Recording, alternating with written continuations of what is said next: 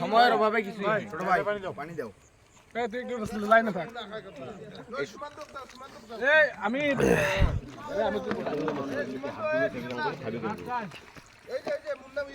দেওয়া তো পানি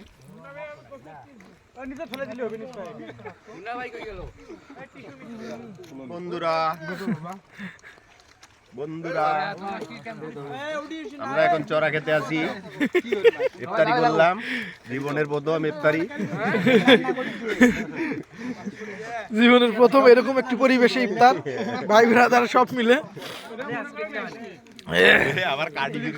ইয়ে নাই সাউন্ড আউট করি অন্য সাউন্ড এই গেছে আরে এটা ভালো সবচেয়ে ভালো এই যে যেখানে সেখানে প্যাকেট ফেলে দিয়েছে তোদেরকে কি